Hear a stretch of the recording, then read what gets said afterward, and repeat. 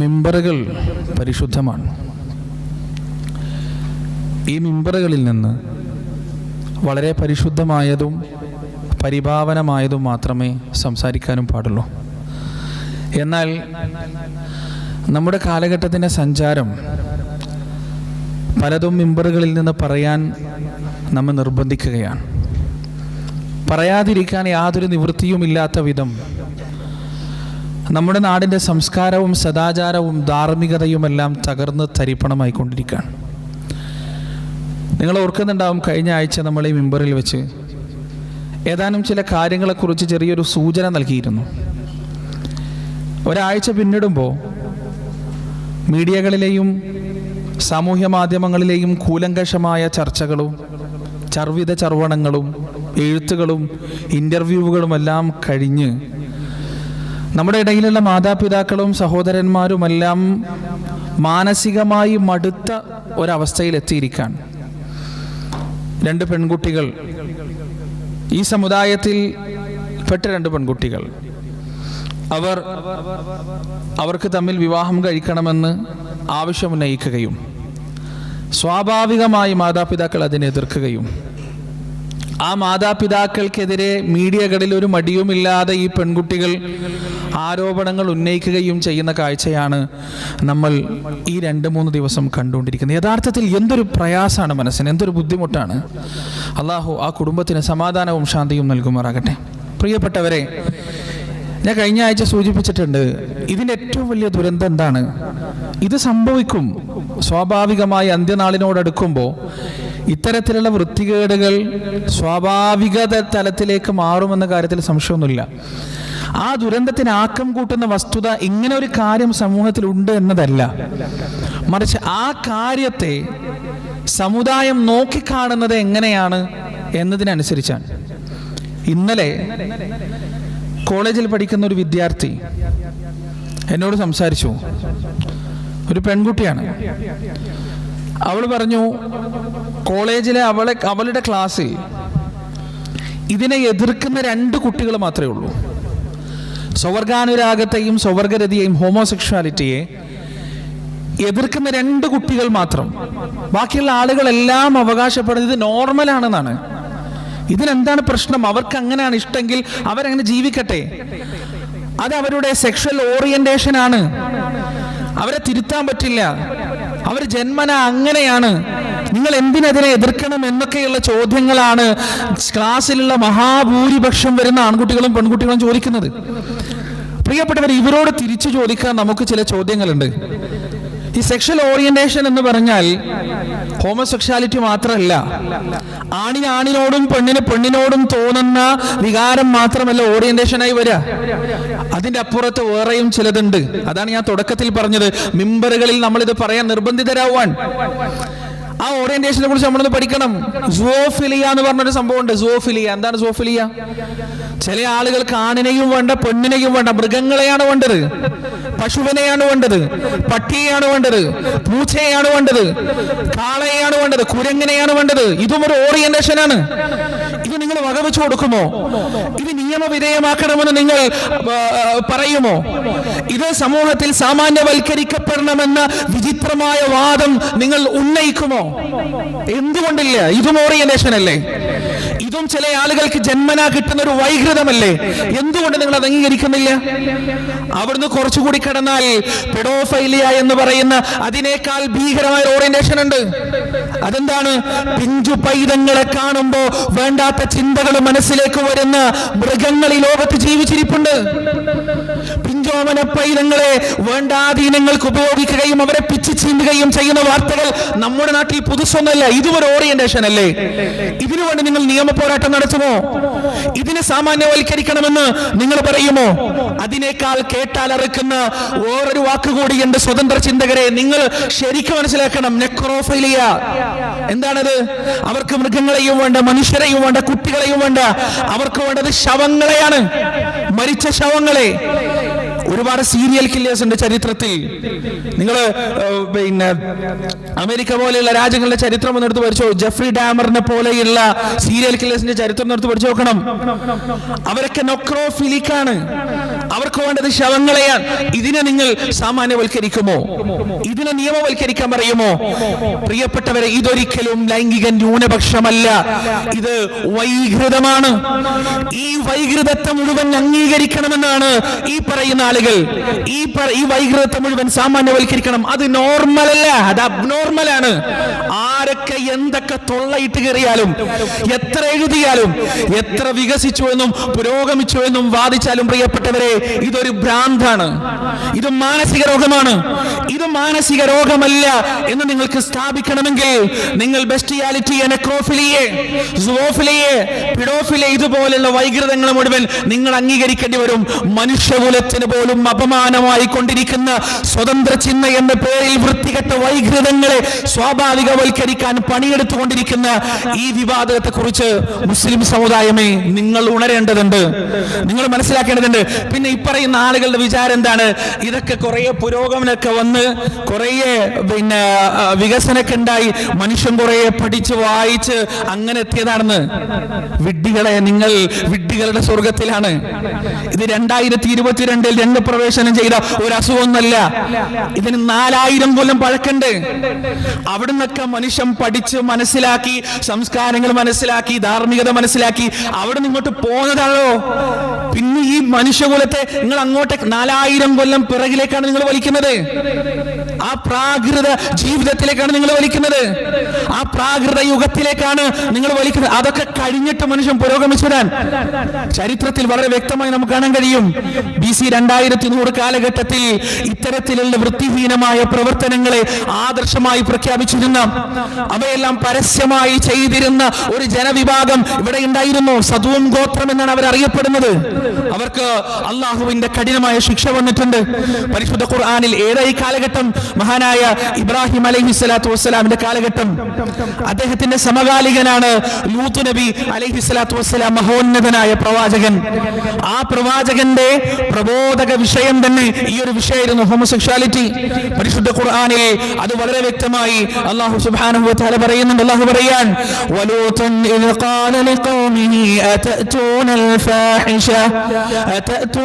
ഫാഹിഷത മാ സബഖകും ബിഹാ മിൻ അഹദിൻ മിനൽ ആലമീൻ. അല്ലയോ സമൂഹമേ, നിങ്ങൾ എന്തൊരു വൃത്തികേടാണ് ഈ കൊണ്ടുവരുന്നത്? നിങ്ങളുടെ മുമ്പുള്ള ഒരു കാലഘട്ടത്തിലും ഒരു ജനവിഭാഗവും കൊണ്ടുവരാത്തൊരു വൃത്തികേടിനെയാണ് നിങ്ങൾ ഈ പ്രവർത്തിച്ചു കൊണ്ടിരിക്കുന്നത്. ഇന്നകും ലതഅതൂന റിജാൽ ശഹവതൻ മിൻ ദൂനിൻ നിസാ ബൽ അൻതും ഖൗമുൻ മുസ്രിഫൂൻ. സ്ത്രീകളെ പ്രാപിക്കേണ്ടതിന് പകരം നിങ്ങളിതാ പുരുഷന്മാരെ പ്രാപിക്കുകയാണ്. നിങ്ങൾ അതിരുകവിഞ്ഞൊരു ജനത തന്നെയാകുന്നു. വമാ കാന ജവാബ ഖൗമിഹി ഇല്ലാ അൻ ഖാലൂ അഖ്രിജൂഹും മിൻ ഖർയതികും ഇന്നഹും ഉനാസുൻ യതതഹറൂൻ. ആ ജനവിഭാഗത്തിന്റെ മറുപടി എന്താണ്?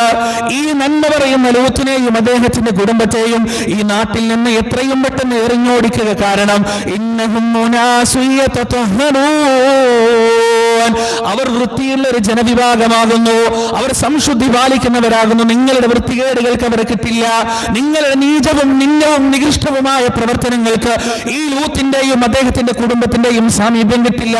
അതുകൊണ്ട് തന്നെ അവരെ ഈ നാട്ടിൽ നിന്ന് എത്രയും പെട്ടെന്ന് എറിഞ്ഞോടിക്കുക, ആട്ടിയോടിക്കുക എന്നതായിരുന്നു അവരുടെ മറുപടി. എന്തായിരുന്നു അള്ളാഹുവിന്റെ മറുപടി? പ്രിയപ്പെട്ടവരെ, പരിശുദ്ധ ഖുർആനിൽ സൂറത്തുൽ ഹൂദിൽ റബ്ബ് സുബ്ഹാനഹു വ തആല ആ ഒരു ചരിത്രം മുഴുവൻ നമുക്ക് വിശദീകരിച്ചു തന്നതായി നമുക്ക് കാണാൻ കഴിയും. അല്ലാഹു സുബ്ഹാനഹു വ തആല 3 മലക്കുകളെ ഈ ജനവിഭാഗത്തെ നശിപ്പിക്കാൻ വേണ്ടി പറഞ്ഞയക്കാൻ. ഈ 3 മലക്കുകൾ ആദ്യം വരുന്നത് ആരുടെ അടുത്താണ്? മഹാനായ ഇബ്രാഹിം അലൈഹിസ്സലാത്തു വസ്സലാമിന്റെ അടുത്തേക്ക്. ആ പരിശുദ്ധ ഖുർആനിൽ വിവരിക്കുന്നുണ്ട്. സൂറത്തുൽ ഹൂദിന്റെ 69-ാമത്തെ ആയത്ത് അല്ലാഹു പറയാൻ, വലഖദ് ജാഅത് റുസുലുനാ ഇബ്രാഹീമ ബിൽ ബുശ്റാ ഖാലൂ സലാമാ ഖാല സലാം ഫമ فما لبث أن جاء بعجل حنيد. 3 മലക്കുകൾ അതാ ഇബ്രാഹിം നബിയുടെ വീട്ടിലേക്ക് വരികയാണ്. എന്നിട്ട് ആ മലക്കുകൾ പറയുകയാണ് സലാമ. ഇബ്രാഹിം നബി മറുപടി പറയുന്നു ഖാല സലാം. അദ്ദേഹവും സലാം തിരിച്ചു പറയുകയാണ്. ഫമാ ലബിസ അൻ ജാഅ ബിഅജ്ലിൻ ഹനീദ്. ആ അപരിചിതരായ അതിഥികൾ തന്റെ വീട്ടിലേക്ക് വന്നപ്പോ ഇബ്രാഹിം അലൈഹിസ്സലാത്തു വസ്സലാം പെട്ടെന്ന് തന്നെ വീട്ടിന്റെ അകത്തേക്ക് കയറി തടിച്ചു കൊഴുത്ത ഒരു മൂരിക്കുട്ടിയെ അറുത്തുകൊണ്ട് അത് കല്ലിൽ വെച്ച് പൊള്ളിച്ചുകൊണ്ട് അത് ചുട്ടെടുത്തുകൊണ്ട് അവരുടെ മുന്നിലേക്ക് കൊണ്ടുവരികയാണ്. ഭക്ഷണം പാകം ചെയ്തു കൊണ്ടുവരികയാണ്. فلما رأى أيديهم لا تصل إليه نكرهم وأوجس منهم خيفة. പക്ഷേ അവർ ഭക്ഷണം കഴിക്കുന്നില്ല. ആ മൂരിയുടെ ഇറച്ചിയിലേക്ക് അവരുടെ കൈകൾ നീളുന്നില്ല. ആ സമയത്ത് ഇബ്രാഹിം നബിക്ക് വല്ലാത്തൊരു പന്തികേട് തോന്നുകയാണ്. ഇതാരാണെന്നുള്ളൊരു സംശയം തോന്നുകയാണ്. ആ സംശയത്തിന് അതാ ആ മലക്കുകൾ മറുപടി പറയുന്നു ഖാലൂ ലാ തഖഫ്. പേടിക്കേണ്ട ഇബ്രാഹിം, ലൂത്തിന്റെ സമുദായത്തിൽ ശിക്ഷ നടപ്പാക്കാൻ വേണ്ടി പറഞ്ഞയക്കപ്പെട്ട അല്ലാഹുവിന്റെ ദൂതന്മാരാകുന്നു ഞങ്ങൾ. വംറഅതുഹു ഖായിമ ഫദഹികത് ഫബശർനാഹാ ബിഇസ്ഹാഖ് വമിൻ വറാഇ ഇസ്ഹാഖ യഅഖൂബ്. ഇബ്രാഹിം നബിയുടെ ഭാര്യയും അവിടെ നിൽക്കുന്നുണ്ട്. അവർക്കതാ ജനിക്കാൻ പോകുന്ന ഇസ്ഹാഖ് എന്ന പേരുള്ള ഒരു കുട്ടിയെ കുറിച്ചുള്ള സന്തോഷ വാർത്ത അറിയിച്ചു കൊടുക്കുന്നു. ആ സമയം അവർ മറുപടി പറയുകയാണ് ഖാലത് യാ വൈലതാ എന്തൊരു അത്ഭുതം, അലിദു വഅന അജൂസ് വഹാദാ ബഅലി ശൈഖാ. പ്രസവിക്കാൻ കഴിയാത്ത മച്ചിയായ ഒരു പെണ്ണാണ് ഞാൻ. എന്റെ ഭർത്താവ് ഇതാ വാർദ്ധക്യത്തിന്റെ അങ്ങേ തലയിൽ എത്തിയിരിക്കുകയും ചെയ്തിരിക്കുന്നു. ഇന്ന ഹാദാ ലശൈഉൻ അജീബ്. ഇത് വല്ലാത്തൊരു അത്ഭുതമൂറുന്ന കാര്യം തന്നെയാണ്. മലക്കുകളുടെ മറുപടി ഖാലൂ അതഅജബീന മിൻ അംരില്ലാഹ്. അല്ലയോ പെണ്ണേ, അല്ലാഹുവിന്റെ കാര്യത്തിൽ നീ അത്ഭുതപ്പെടുകയാണോ? റഹ്മത്തുള്ളാഹി വബറകാതുഹു അലൈക്കും അഹ്ലുൽ ബൈത്ത്. നിങ്ങളുടെ വീട്ടുകാർക്ക് അവന്റെ റഹ്മത്തും ബറക്കത്തും അവൻ അറിയിച്ചിരിക്കുകയാണ്. ഇന്നഹു ഹമീദുൻ മജീദ്. അവൻ സ്തുത്യർഹനും പ്രതാപിയുമാകുന്നു. ഫലമ്മാ ദഹബ അൻ ഇബ്രാഹീമ الروع. ഇബ്രാഹിമിൽ നിന്ന് ഭയം വിട്ടുപോയപ്പോ വജാഅതുൽ ബുശ്റാ. സന്തോഷം അദ്ദേഹത്തിന്റെ മനസ്സിലേക്ക് വന്നപ്പോ യുജാദിലുനാ ഫീ ഖൗമി ലൂത്ത്. അദ്ദേഹം അതാ ലൂത്തിന്റെ വിഷയത്തിൽ അള്ളാഹുവിനോട് തർക്കിക്കാൻ തുടങ്ങുകയാണ്. സുബ്ഹാനല്ലാഹ്. ലൂത്ത് നബി അലൈഹി സ്വലാത്തു വസ്സലാം ഇബ്രാഹിം അലൈഹി സ്വലാത്തു വസ്സലാമിന്റെ സഹോദരപുത്രനാണ്. ലൂത്ത് നബിയുടെ മൂത്താപ്പയാണ് ഇബ്രാഹിം അലൈഹി സ്വലാത്തു വസ്സലാം. പക്ഷെ അദ്ദേഹത്തിന്റെ സമുദായമായിട്ട് ഇബ്രാഹിം നബിക്ക് ഒരു ബന്ധമില്ല. എങ്കിലും ഒരു മനുഷ്യകുലം നശിപ്പിക്കപ്പെടാൻ പോകുന്നു, ശിക്ഷിക്കപ്പെടാൻ പോകുന്നു എന്ന് പറയുമ്പോൾ ആ മഹാനായ പ്രവാചകന്റെ ഹൃദയം മിടിക്കുകയാണ്, ആ ഹൃദയം നോവുകയാണ്. എന്നിട്ട് അദ്ദേഹം അള്ളാഹുവിനോട് പറയുകയാണ്, അള്ളാഹു അതിൽ സത്യവിശ്വാസികളില്ലേ, അവർക്കൊരു അവസരം കൂടി കൊടുത്തൂടെ? എന്നിട്ട് അല്ലാഹ് പറയാൻ ഇബ്രാഹിം ലഹലീമുൻ അവ്വാഹുൻ മുനീബ്. തീർച്ചയായും ഇബ്രാഹിം വല്ലാത്തൊരു മനുഷ്യ സ്നേഹിയാണ് കേട്ടോ, വല്ലാത്ത ഒരു മിനുസമുള്ള പദമുള്ള ഹൃദയത്തിന്റെ ഉടമയാണ് കേട്ടോ ഇബ്രാഹിം എന്ന് അള്ളാഹു ഇബ്രാഹിം അലൈഹി സ്വലാത്തു വസ്സലാമിനെ അവിടെ അപ്രീഷിയേറ്റ് ചെയ്യാണ്. എന്നിട്ട് അള്ളാഹു ഇബ്രാഹിം അലൈഹി സ്വലാത്തു വസ്സലാമിനോട് പറയാൻ, യാ ഇബ്രാഹിം അഅ്രിദ് അൻ ഹാദാ. ഇബ്രാഹിം അതിൽ നിന്ന് താങ്കൾ പിന്തിരിഞ്ഞുകൊള്ളുക. ഇന്നഹു ഖദ് ജാഅ അംറു റബ്ബിക്. നിശ്ചയം അങ്ങയുടെ രക്ഷിതാവിന്റെ തീരുമാനം വന്നു കഴിഞ്ഞ കാര്യമാണത്. വഇന്നഹും ആതീഹിം അദാബുൻ ഗൈറു മർദൂദ്. പ്രതിരോധിക്കാനാവാത്ത ശിക്ഷ ആ ജനവിഭാഗത്തിന് വന്നെത്തുക തന്നെ ചെയ്യുമെന്ന കാര്യത്തിൽ യാതൊരു സംശയവുമില്ല. സുബ്ഹാനല്ലാഹ്. ഇബ്രാഹിം അലൈഹി സ്വലാത്തു വസ്സലാമിനോട് അല്ലാഹു പറയാണ്, ഇബ്രാഹിം ആ വിഷയത്തെ താങ്കൾ വിട്ടുകളയുക, അവർക്ക് എന്തായാലും ശിക്ഷ വരും. അവിടെ നിന്ന് അങ്ങോട്ട് ആ സമുദായത്തിലേക്ക് ഈ മലക്കുകൾ പോയ കാഴ്ചയാണ്. വലമ്മാ ജാഅത് റുസുലുനാ ലൂത സീഅ ബിഹിം വദാഖ ബിഹിം ദർഅ. 3 സുന്ദരന്മാരായ ചെറുപ്പക്കാരതാ ലൂത്ത് അലൈഹി സ്വലാത്തു വസ്സലാമിന്റെ വീട്ടിലേക്ക് വരാൻ. ഇവരെ കണ്ട ഉടനെ ലൂത്ത് നബിക്ക് ബേജാറായി. ലൂത്ത് നബിയുടെ ഹൃദയം കിടുങ്ങിപ്പോയി. അദ്ദേഹത്തിന് എന്ത് ചെയ്യണമെന്നറിയില്ല. വഖാല, അദ്ദേഹം പറയുന്നു, ഹാദാ യൗമുൻ അസീബ്.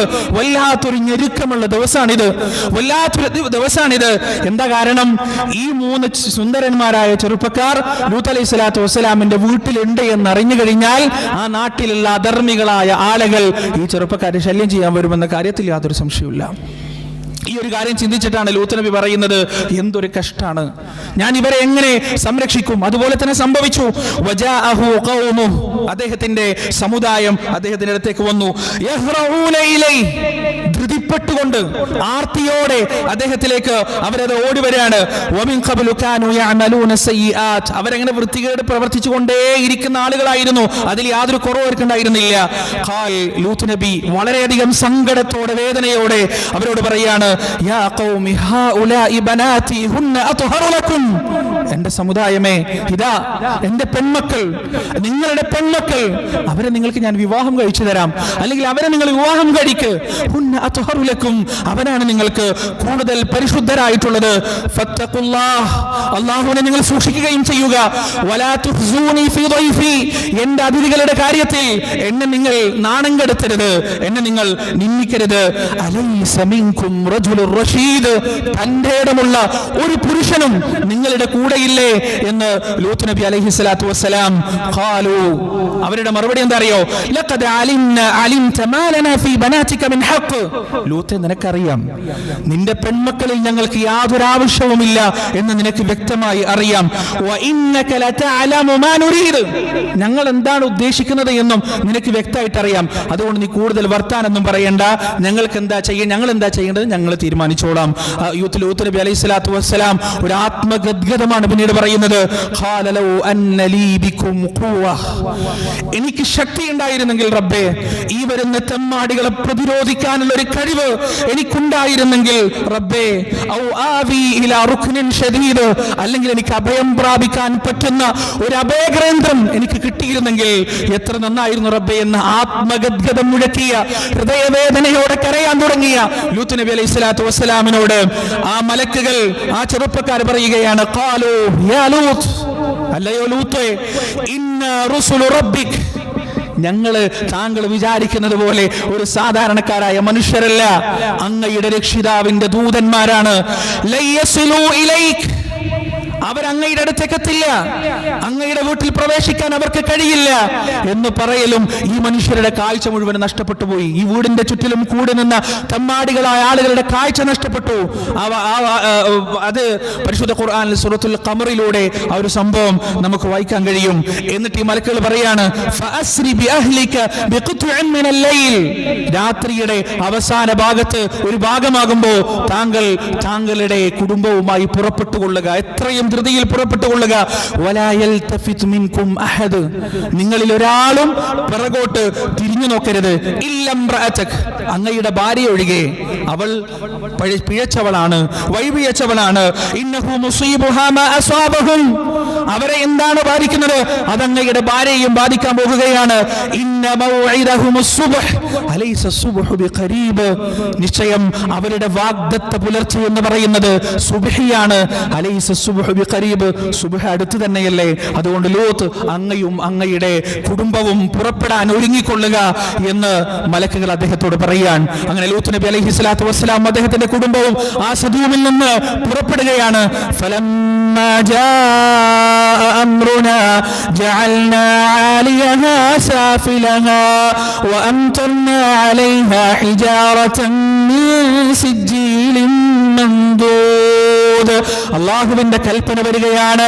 ആ പ്രഭാതമാകുന്ന സമയത്ത് അവരതാ ഘോരമായ ഒരു ശബ്ദം കേൾക്കുകയാണ്.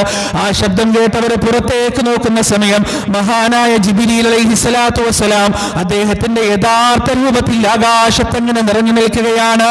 ആ രൂപം കണ്ട് ഭയപ്പെട്ട അവരുടെ മുകളിലേക്ക് തീച്ചൂളകൾ വർഷിപ്പിക്കപ്പെടുകയാണ്, ഇഷ്ടികകൾ വർഷിപ്പിക്കപ്പെടുകയാണ്. അതോടൊപ്പം ഏറ്റവും മോശമായ ഒരു മഴയും അവരുടെ മേലേക്ക് പെയ്യുകയാണ്. ആ ശബ്ദം കാരണം അവരിൽ പല ആളുകളും മരിച്ചു വീഴാൻ തുടങ്ങുന്നു. ഫജഅൽനാ ആലിയഹാ സാഫിലഹാ, ആ ഭൂമിയെ മുഴുവൻ പടച്ചവൻ കീഴ്മേൽ മറിച്ചു കളയുകയാണ്.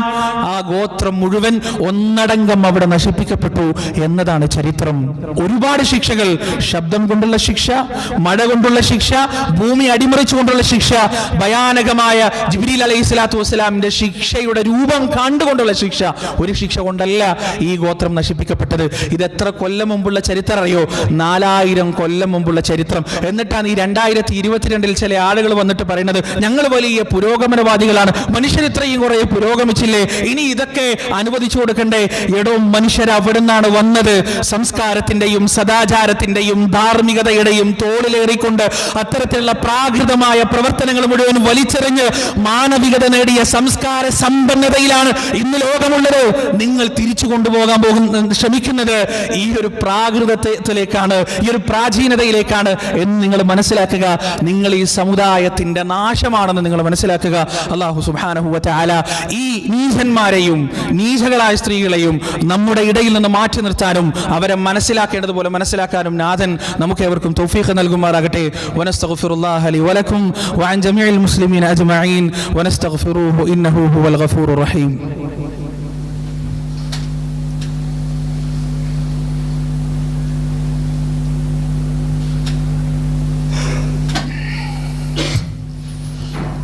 بسم الله الرحمن الرحيم الحمد لله رب العالمين الصلاة والسلام على رسول الأمين وعلى آله وأصحابه أجمعين ما بعد يا أيها الذين آمنوا اتقوا الله حق تقاته ولا تموتن إلا وأنتم مسلمون.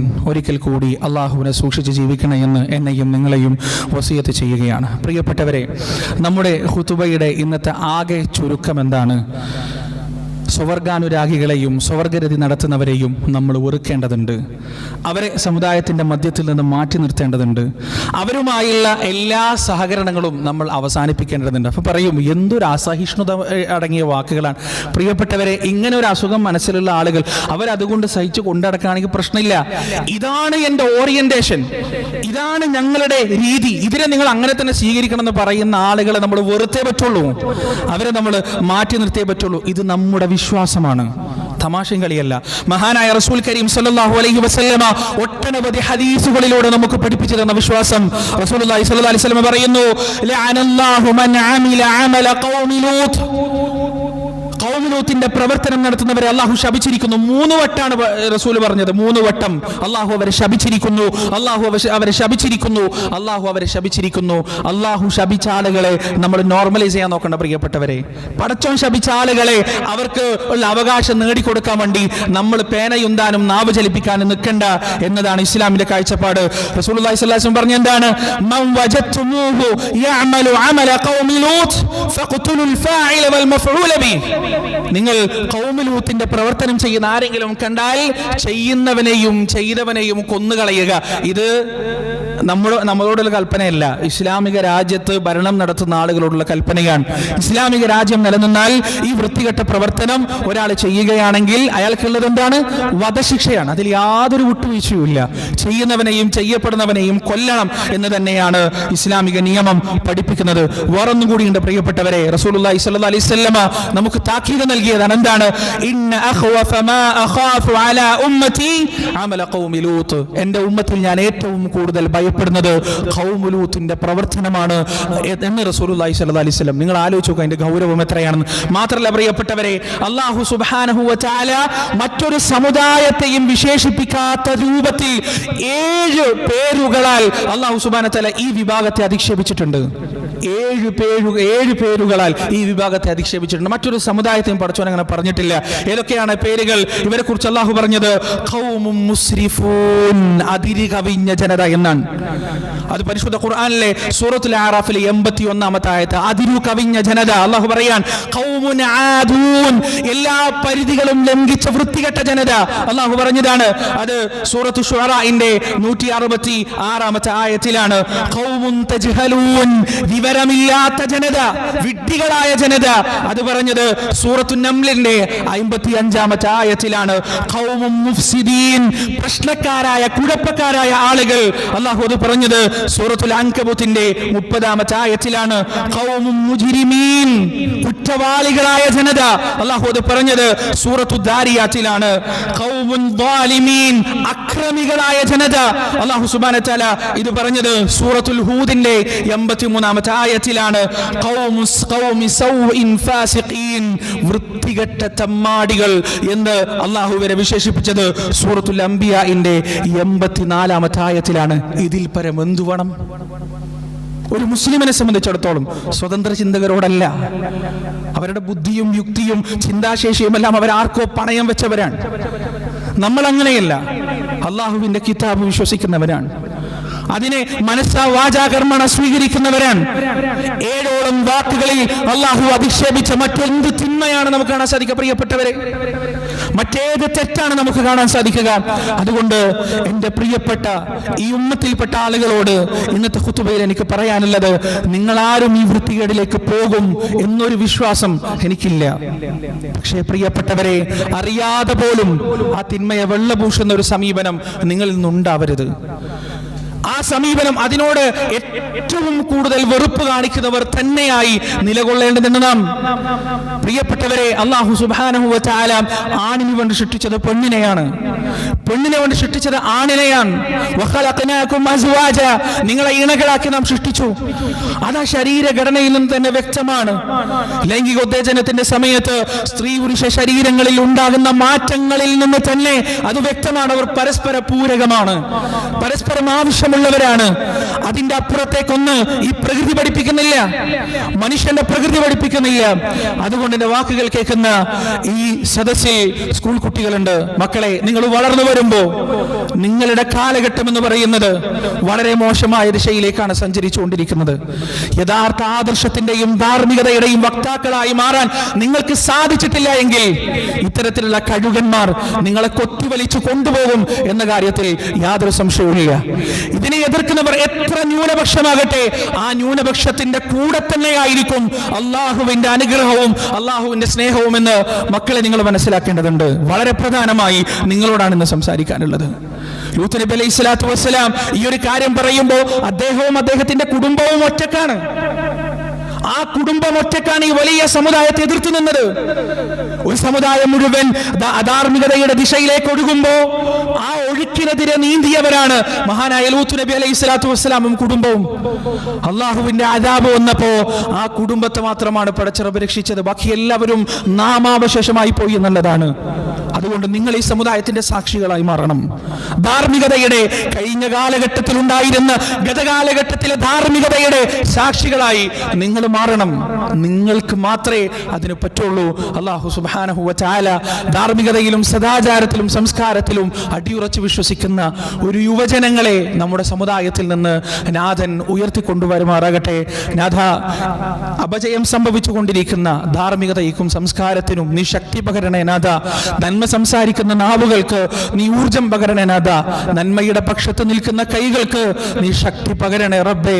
അല്ലാഹുവേ, ധാർമ്മികതയുടെയും വൃത്തികേടുകളുടെയും നീചത്വത്തിന്റെയും ഒഴുക്കിൽ പെട്ടുപോകാതെ ഞങ്ങളുടെ മക്കളെ, ആൺമക്കളെയും പെൺമക്കളെയും റബ്ബേ നീ കാത്തു സംരക്ഷിക്കണേ നാഥ. നിന്റെ വെളിച്ചത്തിൽ, നിന്റെ ധാർമ്മികതയിൽ അവരെ നീ ചേർത്ത് പിടിക്കുകയും ചെയ്യണേ നാഥ. അല്ലാഹു, ഞങ്ങളുടെ ജീവിതത്തിന്റെ അകവും പുറവും ഒരുപോലെ സംശുദ്ധമാക്കി തരണേ റബ്ബേ. അല്ലാഹുമ്മ ഗ്ഫിർ ലിൽ മുഅ്മിനീന വൽ മുഅ്മിനാത്ത് വൽ മുസ്ലിമീന വൽ മുസ്ലിമാത്ത് അൽ അഹ്യാഇ മിൻഹും വൽ അംവാത്ത് ഇന്നക മുജീബു ദഅവാതി യാ ഖാദിയൽ ഹാജാത്ത്. റബ്ബനാ ളലംനാ അൻഫുസനാ വഇൻ ലം തഗ്ഫിർ ലനാ വതർഹംനാ ലനകൂനന്ന മിനൽ ഖാസിരീൻ. റബ്ബനാ ആതിനാ ഫിദ് ദുനിയ ഹസന വഫിൽ ആഖിറതി ഹസനത വഖിനാ അദാബൻ നാർ. റബ്ബനാ തഖബ്ബൽ മിന്നാ ഇന്നക അൻത സമീഉൽ അലീം വതുബ് അലൈനാ ഇന്നക അൻത തവ്വാബുർ റഹീം. വസല്ലല്ലാഹു അലാ നബിയിനാ മുഹമ്മദ് വഅലാ ആലിഹി വഅസ്ഹാബിഹി വമൻ തബിഅഹും ബിഇഹ്സാനിൻ ഇലാ യൗമിദ്ദീൻ.